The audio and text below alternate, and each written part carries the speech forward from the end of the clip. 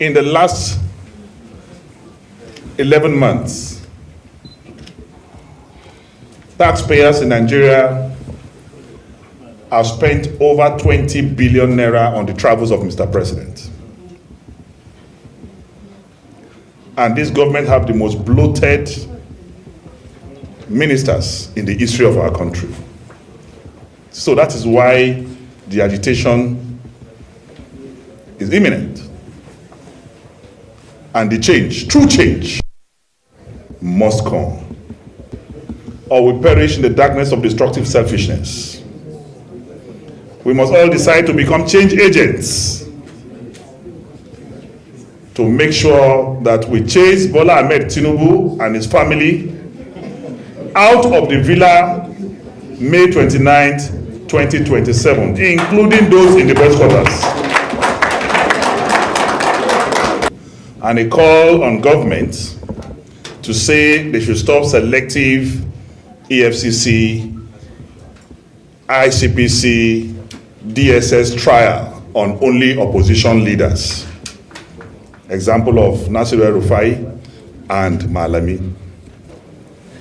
Without wasting much of our time, he also talked about the government reacting like this because they are panicked, they are afraid.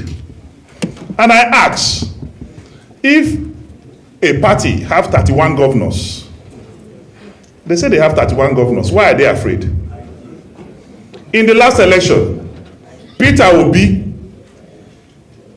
won in 6 states where you have APC sitting governors. Atiku Abubakar won in 8 states where there were APC sitting governors. In fact, 12 governors contested for the Senate, only 3 won. Out of 12 governors who ran for the Senate, only 3 won. And all the ones following the landlord of Abuja, Yesu Wike, all of them lost Senate, just Senate seats. So let us not be afraid. Let us wake up from our slumber and make sure that we chase the CIPs, criminals in power, away. Because democracy is no longer democracy. What we have today is greediocracy. Government of the greedy, by the greedy, and for the greedy. That is what we have. We have presidential children who during military governments would not even see, the children of even the military leaders did not even behave in this manner.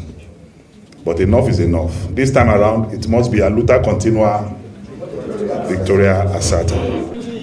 The same escalade that Trump is using in America, and that is times 42 the price of an S-Class. And he said he came to curb wastages. The budget of the National Assembly, the last time was 150 billion. Today, he increased the budget of the National Assembly to 375 billion in order to make it a department of the villa. And it's a clarion call. We must all be emboldened and build a new Nigeria. Next, we will now listen to the great mobilizer, soft-spoken, but that voice is a volcano.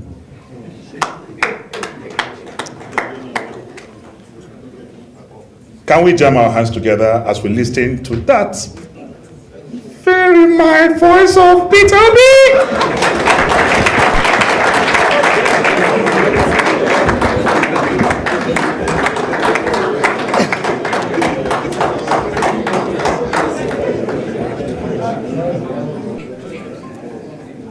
Our leader, the former Vice President of Federal Republic of Nigeria, chairmen of all the parties, Your Excellencies, let me stand on all due and existing protocol. I think like every other person has said, what needs to be said have been said. But it's critical that we repeat it as often as we can so that Nigerians know we are together. There's need, very urgent need, for all the opposition parties. Those who are not here today, we're pleading that we all come together to save our dear country. It is critical, it's important. The government we have today has been said and continue is the worst ever in our dear country, Nigeria. Today there's no governance in Nigeria. The legislative arm is at its worst. The judiciary is no longer hope of the weak or the poor. We all know insecurity, killings and abductions is worse than even countries at war. Just in the past 1 week, 34 in Kebbi, Wednesday, Thursday, 50 in Zamfara on Friday, and today, even while we're speaking, today, over 20 already in Adamawa. 6 is all over the country. I just mentioned a few. Poverty have increased dramatically in the past 2.5 years, from 87 million to about 140 million today, the highest in any country on earth. In fact, we now have almost over 30% of all the world poor living in Nigeria. We now have more people living in Nigeria, a country of 240 million, than China and India, a country of 2.8 billion combined. And that's the critical thing. This government has borrowed more in 2.5 years than all the governments since 1999, without anything to show for it. I heard somebody told me today when I walked in here that the food prices have gone down. Actually, we have killed all our farmers because we have imported cheap goods and thrown our farmers into poverty, which will even worsen the hungry situation of Nigeria in the coming future. Manufacturers' houses are full of warehouses without anything to show for it. So we're in a crisis that everybody have to come together to save the country. And I thank those who have started this journey of our coming together, all the opposition parties, all our appeals that, yes, we, the masses of Nigeria, have to rise up now, because this situation we're allowed to continue will take its revenge on all of us and our children tomorrow.